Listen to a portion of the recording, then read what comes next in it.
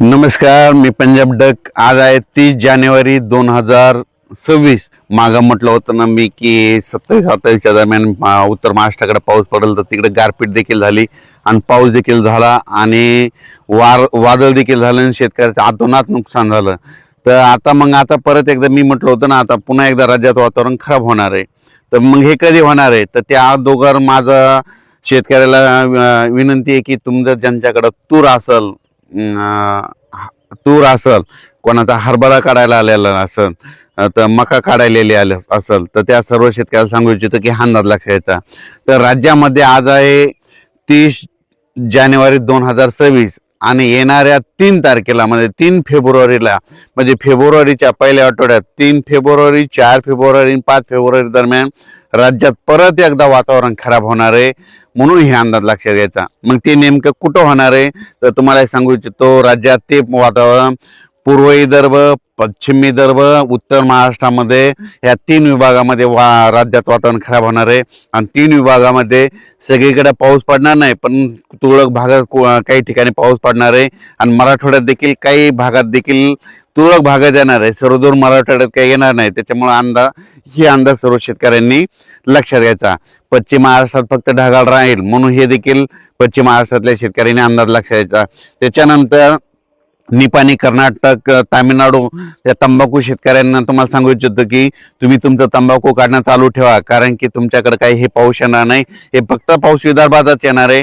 मग तुम्हाला एक सांगू इच्छितो, हे नेमका पाऊस कोणत्या कोणत्या जिल्ह्यातल्या काही भागामध्ये येऊ शकतो. तर तुम्हाला सांगतो, सुरुवातीला आपण बुलढाणा जिल्हा घेऊ. बुलढाणा जिल्ह्यामध्ये मेकर तालुका, त्याच्यानंतर नांदुरा, जळगाव, खामगाव, जळगाव जामोद, त्याच्यानंतर इकडं अकोला ह्या परिसरामध्ये तुरळक ठिकाणी 3, 4, 5च्या दरम्यान काही भागातच पाऊस येणार नाही, सगळीकडे पडणार नाही. म्हणून हा अंदाज बुलढाणा जिल्ह्यातल्या सर्व शेतकऱ्यांनी लक्षात घ्यायचा. रिसोडकडे देखील जाईल, वाशिमकडे देखील जाईल, शिरपूर जैनकडे देखील असणार आहे. त्याच्यानंतर ते पाऊस अमरावतीकडे, अकोल्याकडे तुरळक भागात पडणार आहे. त्याच्यानंतर वर्ध्याकडे तुरळक भागात राहील, नागपूरकडे तुरळक भागात राहील, चंद्रपूरकडे निसर्ग थेंब येतील, यवतमाळ भागामध्ये तुरळक भागामध्ये जिल्ह्यामध्ये कुठेतरी थेंब येतील. म्हणून हे यवतमाळ जिल्ह्यातल्या शेतकऱ्यांनी अंदाज लक्षात घ्यायचा. हिंगोली जिल्ह्यात काही सगळीकडे पडणार नाही, काही भागातच तुरळक अंशातच थेंब पडतील, म्हणून हे लक्षात घ्यायचं. त्याच्यामुळे हिंगोली जिल्ह्यातल्यानी काही चिंता करायची गरज नाही. नांदेड जिल्ह्यामध्ये फक्त ढगाळ वातावरण राहील, म्हणून नांदेड जिल्ह्यातल्या शेतकऱ्यांनी हा अंदाज लक्षात घ्यायचा.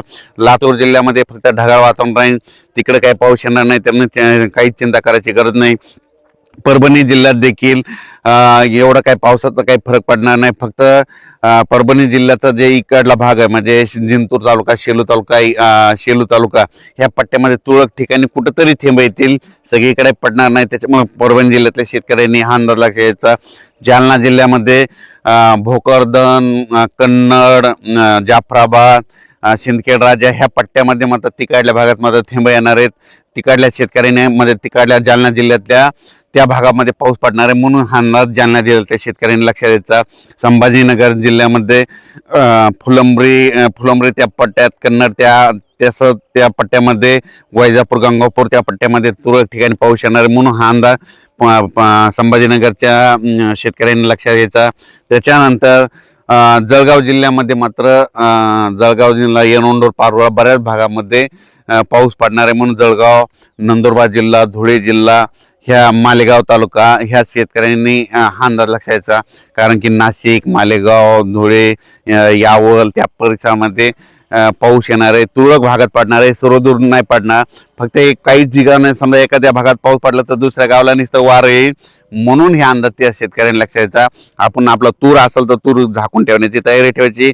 त्याच्यानंतर मका असेल तर मग उघड्यावर टाकलेली असेल तर ते झाकून ठेवायची. वीट उत्पादकांना ह्या 3, 4 आणि 5 दिवस, या 2-3 दिवसाच वातावरण आहे, म्हणून हे लक्षात घ्यायचं. त्याच्यानंतर आपण पश्चिम महाराष्ट्राकडे वळू, म्हणजे सोलापूर जिल्ह्याकडे निसर्ग ढगाळ वातावरण राहील, सांगली जिल्ह्याकडे ढगाळ वातावरण राहील, कोल्हापूरकडे देखील ढगाळ वातावरण राहील. त्याच्यानंतर सातारा, सांगली, सोलापूर, कोल्हापूर, पुणे देखील ढगाळ वातावरण आहे, म्हणजे 3 दिवस राहील, म्हणून तिकडे पाऊस काय येणार नाही, त्याच्यामुळे काही चिंता करायची गरज नाही. अहिल्यानगरकडं फक्त नेवासा, राहुरी ह्या पट्ट्यामध्ये, शिर्डी, राहता ह्या पट्ट्यामध्ये थोडं आभाळ येईल आणि तुरळक ठिकाणी कुठेतरी थेंब येतील म्हणून त्या भागातील शेतकऱ्यांनी देखील अंदाज लक्षात घ्यायचा. श्रीरामपूर भागातल्या शेतकऱ्यांनी देखील तुरळक ठिकाणी थेंबच येतील, सगळीकडे काही पाऊस पडणार नाही, त्याच्यामुळं हे देखील त्या शेतकऱ्यांनी लक्षात घ्यायचं. त्याच्यानंतर म्हणजे सांगायचं झालं तर हे पाऊस फक्त मध्य प्रदेशकडे पडत असल्यामुळं, मध्य प्रदेश म्हणजे बुरामपूर त्या पट्ट्यामध्ये, त्या पट्ट्यात गारपीट होत असल्यामुळं काय होणार आहे त्याचा असर आपल्या महाराष्ट्रावर होणार आहे. त्याच्यामुळं मध्य प्रदेशचे जे सीमालगतचे जिल्हे आहेत, मग त्याच्यामध्ये जळगाव जिल्हा झाला, नंदुरबार जिल्हा झाला, धुळे जिल्हा झाला, बुलढाणा जिल्हा, घाटाच्या खाली नांदोरा, घाटाच्या खाली, त्याच्यानंतर इकडं परतवाडा, अचलपूर, दर्यापूर ह्या पट्ट्यामध्ये काय होणार, त्या पावसाचा थोडाफार असर होणार आहे, तुरळक भागात पडणार आहे, सर्वदूर काही पडणार नाही. आणि ह्या पावसामध्ये मध्य प्रदेश बुरहानपूर तिकडल्या पट्ट्यामध्ये गारपीट होईल म्हणून त्याचा असर थोडाफार तरी आपल्या महाराष्ट्रात काही ठिकाणी 2-3 ठिकाणी मात्र गारपीट ह्या 3-4च्या दरम्यान होईल. पण ती कुठं होणार आहे तुम्हाला सांगतो, ती देखील विदर्भातल्या म्हणजे जिथं जिथं डोंगराळ भाग आहे त्या भागातच होईल. जिथं नदीच्या कडीचा जिथं भाग असतो तर त्या पट्ट्यामध्येच होईल, सगळीकडे होणार नाही. त्याच्यामुळे एवढी काही चिंता करायची गरज नाही. तुम्हाला एक सांगू इच्छितो, मागच्या व्हिडिओमध्ये सांगितलं गारपीट सगळीकडे होत नसते, दरवेळेस गारपीट भाग बदलत राहते, म्हणून हा अंदाज सर्व शेतकऱ्यांनी लक्षात घ्यायचा. फक्त हे 3, 4, 5चा पाऊस फक्त विदर्भातच पडणार आहे. म्हणजे विदर्भात जळगाव जिल्हा, बुलढाणा जिल्हा, अकोला जिल्हा, अमरावती जिल्हा, ह्या अमरावती, वर्धा, भंडारा, नागपूर ह्या पट्ट्यामध्ये तुरळक भागात येणार आहे. त्याच्यामुळं ह्या त्या विदर्भातल्या शेतकऱ्यांनी खास करून आपण आपल्या तुरीचं नियोजन करायचं. तर ह्या आता हे 3, 4, 5च्या दरम्यान देखील काही भागामध्ये अवकाळी पाऊस येणार आहे. आणि काल परवाचे जे पाऊस पडला म्हणजे जानेवारीच्या शेवटच्या आठवड्यात उत्तर महाराष्ट्राकडे खूप शेतकऱ्याचं केळीचं नुकसान झालं, तुरीचं नुकसान झालं, कांद्याचं नुकसान झालं. माझी शासनाला विनंती की ते कमीत कमी पंचनामे करून त्या शेतकऱ्याला त्याची मदत तरी करावी, म्हणून ही माझी सर्व शासनाला एक विनंती राहील. कारण की हे अवकाळीपासून आमच्या शेतकऱ्याचा आलेला घास, ते हातात तोंडाशी आलेला घास मात्र हे निसर्ग ओढून जातो, घेऊन जातो. म्हणून त्यांना कमीत कमी हे ते उत्तर महाराष्ट्रातल्या शेतकऱ्यांना ज्यांचं नुकसान झालं त्यांना मदत करावी. खरीपामध्ये 2025च्या अतोनात पावसामुळे शेतकऱ्याचं अतोनात नुकसान झालं. त्याच्याहून कसं तरी शेतकरी सावरला, त्याच्यामध्ये रब्बीमध्ये राहिलेली पेरणी केली तर त्याच्यामध्ये देखील हे निसर्गानं यांचा शेतकऱ्याचा घास ओढून नेला. म्हणजे माझी शासनाला विनंती आहे की ज्यांचं नुकसान झालं त्यांचे कमीत कमी पंचनामे करून त्यांना तरी नुकसान भरपाई देण्यात यावी. कारण की आता एक तर पीक गेलं, आता दुसरं आशा होती ते देखील निसर्ग ओढून येत आहे, म्हणून ही माझी तळमळ आहे. त्याच्यानंतर राज्याचं हे फक्त वातावरण 3 फेब्रुवारी, 4 फेब्रुवारी आणि 5 फेब्रुवारी दरम्यान राहणार आहे. 7-8 पासून राज्यात परत उन्हाचा पारा वाढणार आहे.